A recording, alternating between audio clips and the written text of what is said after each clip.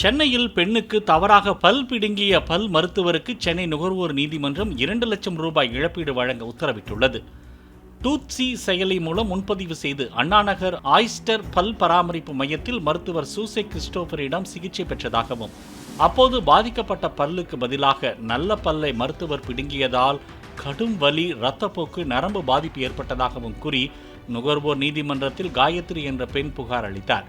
இதனை விசாரித்த நீதிபதி, மருத்துவர் அலட்சியத்திற்கு மருத்துவர் மட்டுமே பொறுப்பு என்பதால் பாதிக்கப்பட்டவருக்கு இழப்பீடும் வழக்கு செலவாக 5000 ரூபாயும் வழங்க உத்தரவிட்டார். பிளே ஸ்டோர் மற்றும் ஆப் ஸ்டோரில் இருந்து பாலிமர் செயலியை QR கோடு மூலம் பதிவிறக்கம் செய்யுங்கள். செய்திகளை உடனுக்குடன் பெறுங்கள்.